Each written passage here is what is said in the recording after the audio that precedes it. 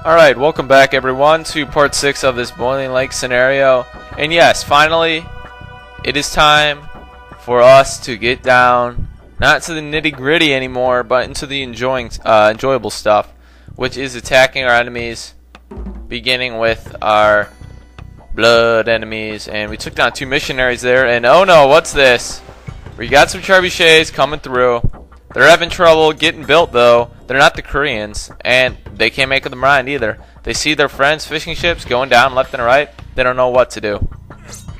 So, off screen, what I did was build up my army, which consists of Jaguar Warriors, and Arbalists, and Elite Skirmishers. Those are the 3 that I made.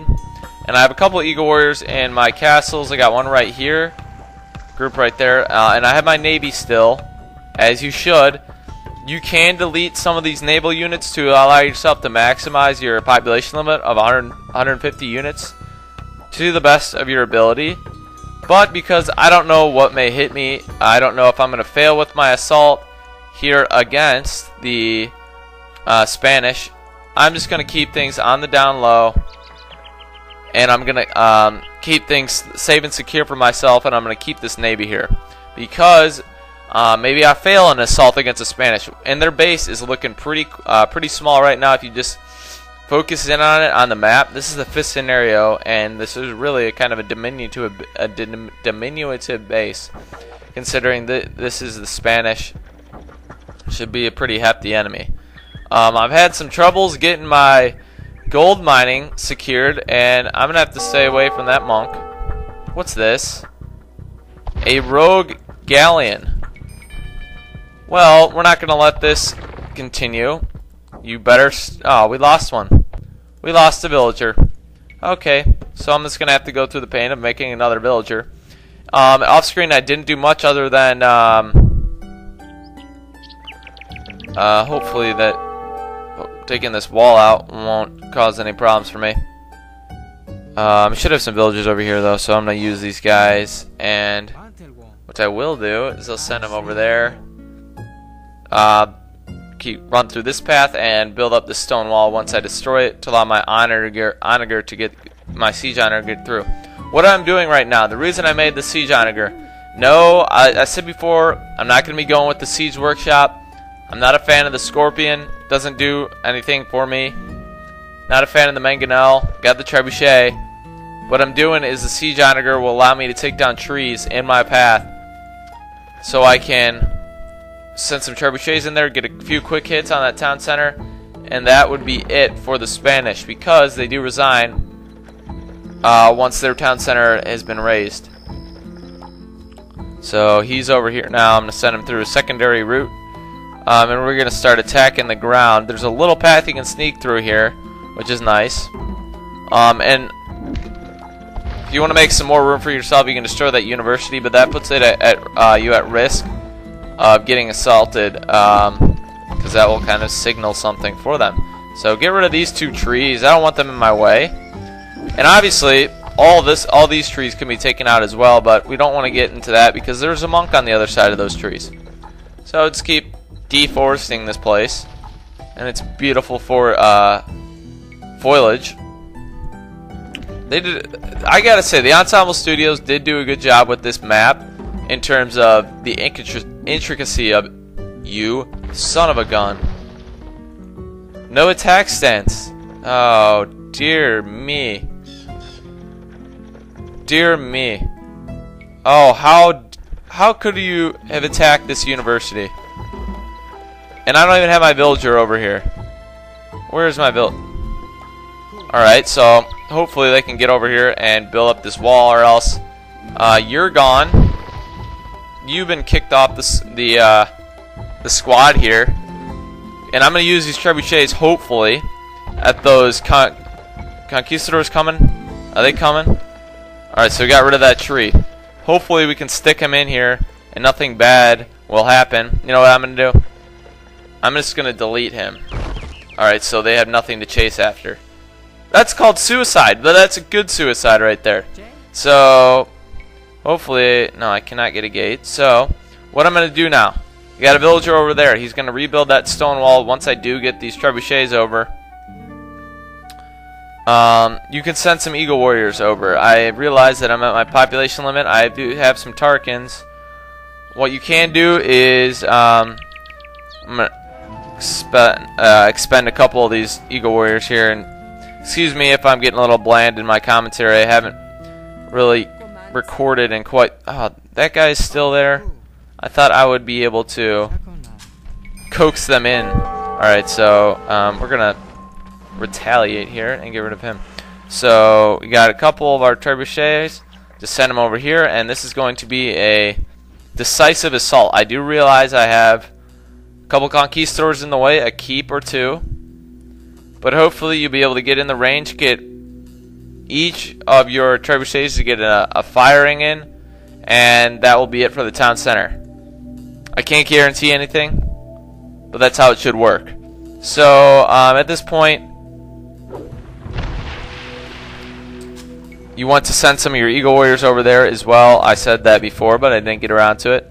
And I realize I do have some idle villagers, but I have a bevy of food in my coffers, so I'm not worried too much about food at this point in the game, because I have a great army, and if I'm able to take down the Spanish, Tlaxcalans will easily fall to me as well, even though there'll be a nice clash between the Jaguar Warriors, fully upgraded elite Jaguar Warriors. I mean, green's just better than red. Green's just a better color than red, so that's about all that's separating us two.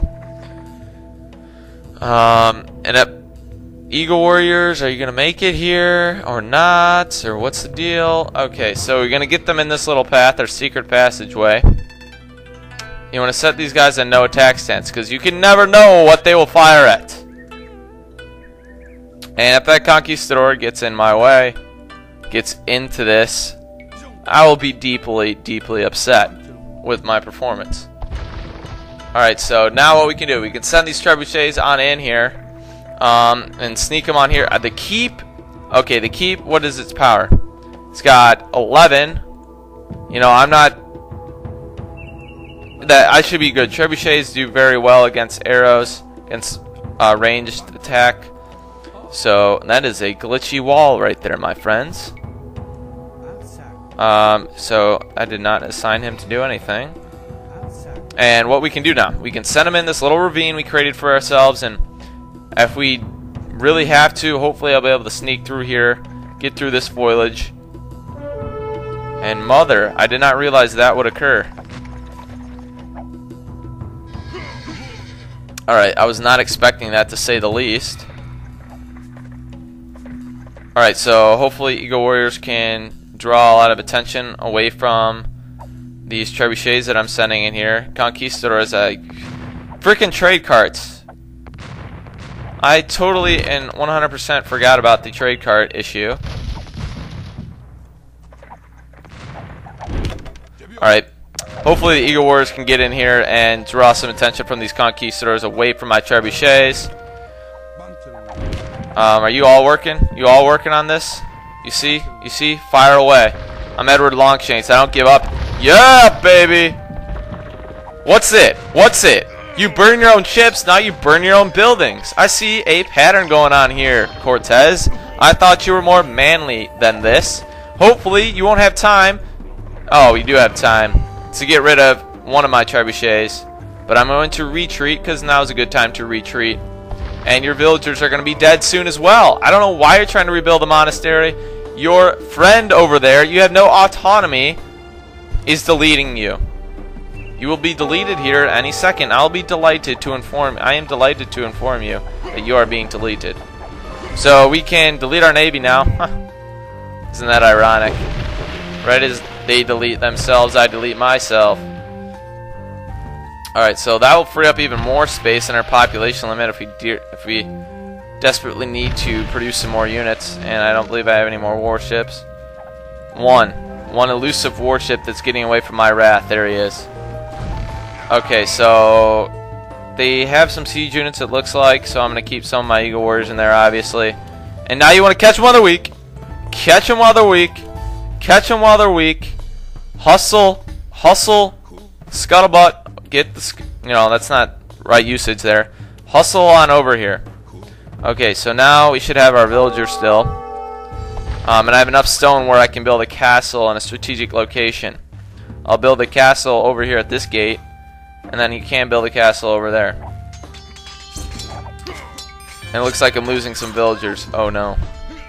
But actually, at this point in the game, it's actually important to have some villagers, because if you don't have any villagers, at least over here, you could lose all your villagers in an unsuspecting assault, and you might lose a town center. These Jaguar Warriors that pack a punch, as you probably know, my number of Jaguar Warriors, and they've set my town center and castle ablaze. So once these Jaguar Warriors are taken care of by my behemoth, I'm just going to send my Eagle Warriors out and take care of the Scorpion, or the battering ram. More so, Scorpions go down by castles. That's another reason why I don't go with the Scorpions. I mean, Scorpions are just lifeless, and they do very little to help you. So that is a diverse group of units here. Kind of a surprising group of units. Tarkins don't go well with bombard cannons in my eyes. But I will appreciate it for what it is. So I had 2 villagers over here. What you can do is you can build a castle on the outskirts of their area. They're already pumping out units, which is, you know, impressive. I do say I go with one group of units and pump out another. That's how you do it. But we're gonna build our castle right there. Make sure we get plenty of siege units, siege weaponry in the mix here, because we want to be able to go over there to the jugular first. And if you don't have siege units, pretty much your infantry units are useless. Make sure this castle is complete before you jump in on the fray. Stop, cooperate, and listen. No attack stance. No attack stance. I don't know what you think is attracting you. I don't know what is attracting you over there, but I'm not letting you fall into the temptation of attacking Tlaxcala prematurely, because they don't appreciate those things. So maybe they still have some villagers. Oh, Tarkin. Not an intelligent decision you made there. Freaking kidding me. Alright, so this is what you don't want to have happen to you. Is have a wayward Tarkin go in there and try to assault you, and they're blowing up their petards as we speak. We can get these elite skirmishers in on the mix, take out these guys. Where are you? Yep, they're good against crossbowmen, obviously, as you probably know. With this castle up, we can start attacking these houses, and hopefully that will draw some of the attention away from this little mini skirmish. But I kind of doubt that it will. Okay, so get these trebuchets going. Take down this town center as quickly as you can. And the bombard cannons are more of a novelty than anything else at this point. I just like keeping them for my own hoarding greed festering inside of me. Okay, so now we got that town center down. As you probably have come to realize, the next most important structure is their castle, and I believe they don't resign after taking down their town center, which is unique to this scenario for your enemies. And I don't have enough stone for another castle, obviously. So they will retreat to some remote place, and we want to take advantage of this little lull, take down this castle before they start pumping out a lot of other units. Okay, so track down their villagers. They're going west primarily, but because we built this castle in a strategic location, they can't go too far west without getting our grasp. And they're stuck right now. And I want to complete this video in part 6 of the Boiling Lake, because I don't want this to become a barbarian betrothal. Alright? No Western Roman Empire is coming up in the his this time. Okay? I guarantee it. Alright, so ranged units work well against your slow villagers that don't have supremacy. No, you're not the Spanish. And is it important to go for the market? According to the AI, it is very important, but not to me. Okay, so now go for the unit producers, and it looks like they were low on the resources. Found some sheep? No, you didn't find any sheep. So I'm going to go for, because they don't really use their barracks whatsoever, other than occasional Eagle Warriors for scouts and whatnot. And there's a little indentation in their ensemble studios. You're going to be more intricate than that. And the Tlaxcalans are done. This is a simple assault. You can weed their army out, their base out real quick like this. If you do quasi-starve them, which I kind of have done. and they're building a behemoth there, and I do not want that to occur. And don't be intimidated by the red blotches over there, which are the stone walls. They are not Stonewall Jackson-esque. And transport ship on the run. So that's it. As simple as that. Saved it for a nice clean assault at the end, and that's how you do it strategically, not quickly. The surviving Spanish on the edge of the lake could see as their captured comrades were dragged up the steps of the Great Pyramid. Perhaps they would then understand why we feared the wrath of the feathered serpent Quetzalcoatl. Perhaps they would know fear as well. With the fighting subsided, there was much work to be done. Our city has suffered much from the Spanish occupation and the fighting in the streets. The priests set out repairing the temples, for the Spanish had cast down the idols that we had placed there. We began a celebration to give thanks to the gods when a great plague struck Tenochtitlan. Many of our people became helpless and could only lie on their beds. Many others died. We did not know if the gods were still unhappy with us, or if this was some weapon unleashed by the Spanish. Regardless, if Cortés returned, he would find a much weakened city. I could not let that happen. So says Cuauhtémoc, Emperor of Tenochtitlan. Okay, so you can probably tell that the next scenario has been led into, which probably, if you noticed, is going to take place in Tenochtitlan, which is good because we get to use an expansive city, but at the same time it's hard to manage. I don't really have some managers to go along with my rules, so it's going to be kind of difficult to manage what we have in the next scenario, but it's not a terrible final scenario. It's the Reconquista was cheap anyways. But that is how you go through with the Boiling Lake scenario. It says a pretty hefty amount of time in the upper right hand corner. It really didn't seem like it took that long though. We broke it up. We took it surgically, and it's very satisfying if you do it that way. Honestly, this is one of the scenarios where I'm just dumbfounded by trying to use one of my rush tactics against the AI. A lot of times I like to employ those tactics, whether that be in the previous scenario, La Noche Triste, for example. I like to jump ahead with what would be typically a long scenario and make it short. I can't do it with the Boiling Lake scenario. Maybe you guys can, but this is how I like to complete this scenario. Take it nice and slow. Make sure your navy gets built up. Make sure you're not expanding with any castles outside of your base until you have a good hold on the lake and your resources. And then put a castle down on that one small island there where I got those trees. Then you can expand eastward and get that gold. Allowing you, once you get that gold, you allow yourself to get that siege onager in there, take down those trees, take down the town center, then get rid of Tlaxcala after Cortés simply resigns after taking down their town center. If you are quick, I don't really know how you can be that quick.